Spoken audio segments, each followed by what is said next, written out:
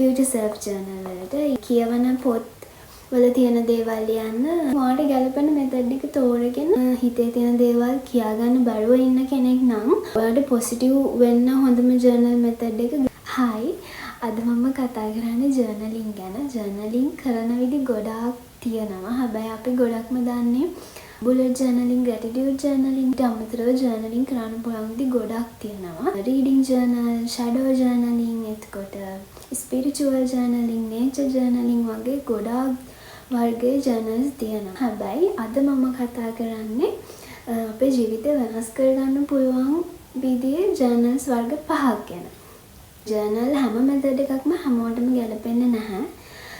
මම මේ 5 ගැන කතා කරාම ඔයාලට ගැලපෙන මෙතඩ් එක මොකක්ද කියලා තෝරගෙන ඔයා ජර්නල් කරන්නේ නැති කෙනෙක් නම් අද ඉඳන්ම පටන් ගන්න. මම කතා කරන පළවෙනි ජර්නල් වර්ගය තමයි ෂැඩෝ ජර්නලින්. මේ ජර්නලින් වර්ගයට හීලින් ජර්නලින් කියලා කියනවා. ෂැඩෝ ජර්නලින් වලදී කරන්නේ අපිට කාටවත්ම කියා ගන්න බැරි, එහෙම කිව්වොත් එයාලා අපිව ජජ් කරයි කියලා හිතන අපි හිතේ හිර කරගෙන ඉන්න දේවල් ජර්නල් කරන එක. ඒ වගේම ඔයාට අහුම්කම් දෙන්න ඔයා කියන දේවල් අහගෙන ඉන්න කෙනෙක් නැත්නම් එහෙම කෙනෙක්ට ෂැඩෝ ජර්නලින් යූස් කරන්න පුළුවන්. ගොඩක් අය හිතන්නේ ජර්නලින් කිව්වම පොසිටිව් දේවල් විතරක් ලියන්න පුළුවන් දෙයක් කියලානේ.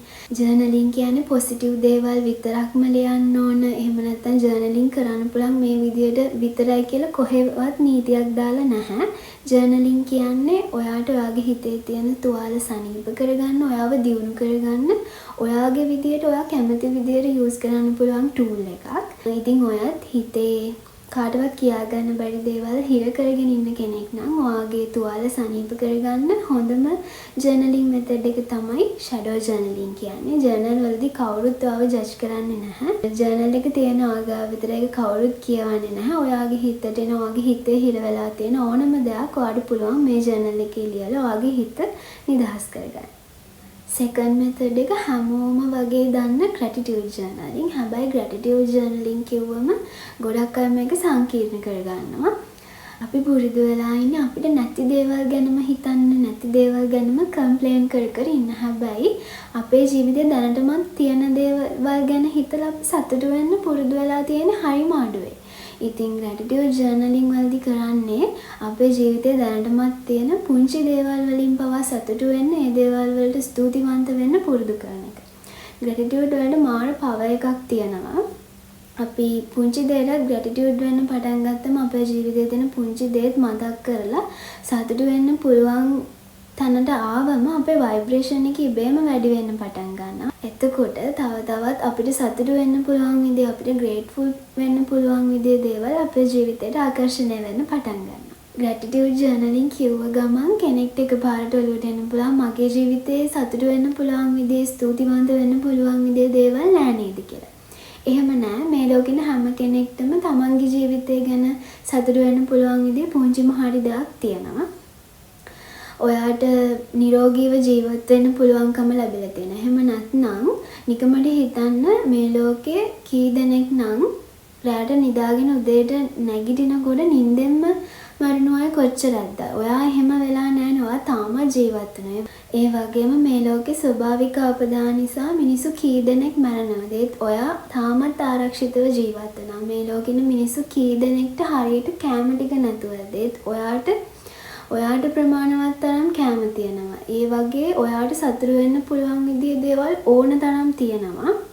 ඔයා සිහියෙන් හිතලා පුංචි දේවල් ගැන හරියට නෝටිස් කරන්න පටන් ගත්තම ඔයාටම තේරෙයි ඔයාගේ ජීවිතේ කොච්චර ග්‍රේට්ෆුල් වෙන්න පුළුවන් දේවල් තියෙනවද කියලා. ඉතින් ඔයා ගොඩක් නෙගටිව් කෙනෙක් නම් ඔයාට ගැළපෙනම ජර්නලින් මෙතඩ් එක තමයි ග්‍රැටිටියුඩ් ජර්නලින්. රිසර්ච් වලින් පවා හොයාගෙන තියෙනවා ග්‍රැටිටියුඩ් ජර්නල් කරන අයගේ නෙගටිවිටි එක ගොඩක් අඩුයි. එයාලා පුංචි දේවල් වලින් පවා සතුටු වෙන්න පුරුදු වෙනවා. ඒ වගේම ග්‍රැටිටියුඩ් ජර්නල් කරන අය අතර ડિප්‍රෙෂන්, ඇන්සයිටි, ස්ට්‍රෙස් වගේ දේවල් ගොඩක් අඩුයි කියලා.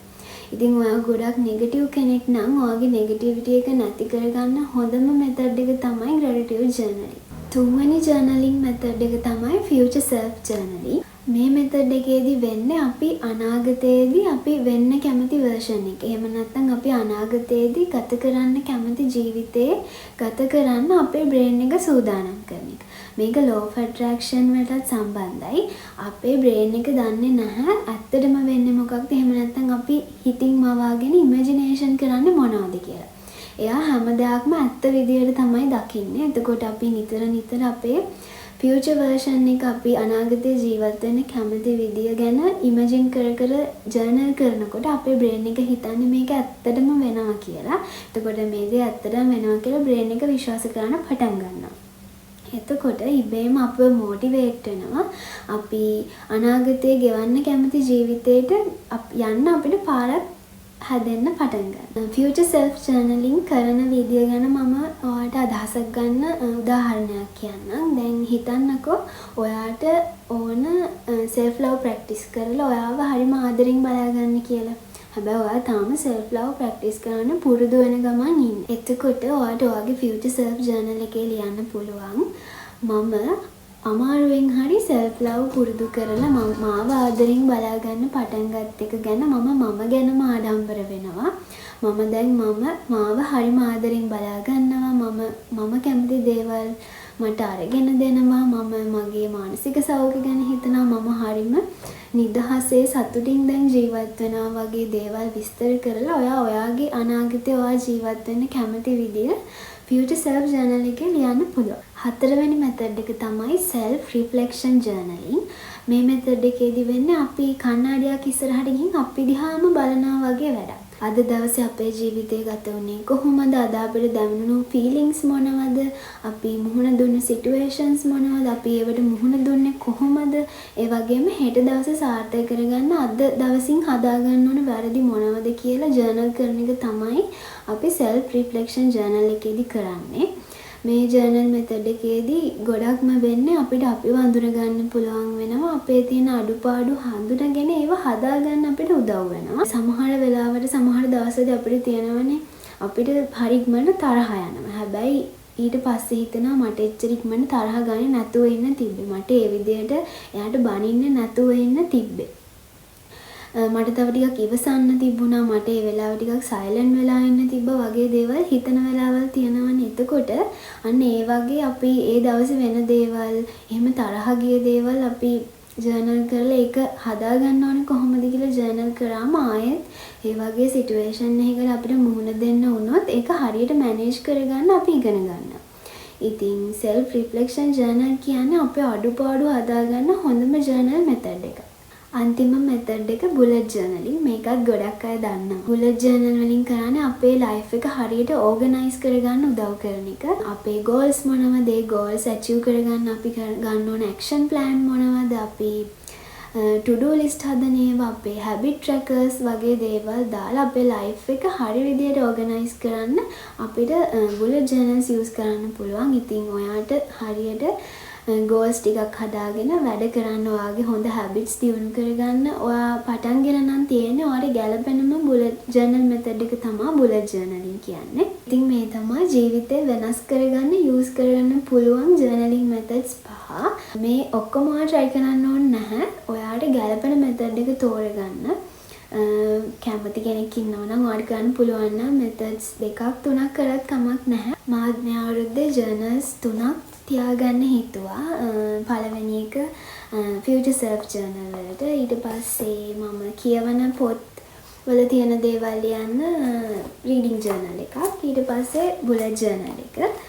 ඉතින් ඔයාත් කැමති නම් ඔයාලට පුළුවන් නම් journals 2-3ක් තියාගත්තට කමක් නැහැ. හැබැයි journals වලට අලුත් කෙනෙක් නම් මුලින් ඔයාලට ගැළපෙන method එක තෝරගෙන පටන් ගන්න. journaling කියන්නේ self love පුරුදු කරන්නත් හොඳම ටිප් එකක්.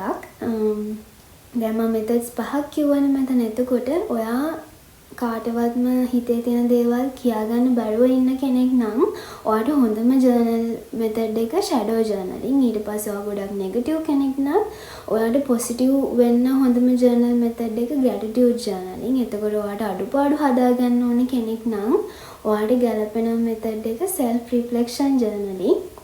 ඊට පස්සේ ඔයාට අරමුණු හදාගෙන goals වෙනුවෙන් වැඩ කරන කෙනෙක් නම් ඔයාට පුළුවන් bullet journal, එතකොට future self journal try කරන්න.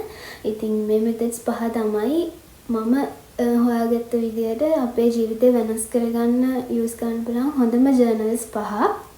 ඉතින් ඔයාලට ගැලපෙන මෙතඩ් එක තෝරගෙන අද ඉඳන්ම පටන් ගන්න කියලා ආදරෙන් මතක් කරනවා. අදට වීඩියෝ එක ඉවරයි. අලුත් වීඩියෝ එකකින් ඉක්මනට හම්බෙමු.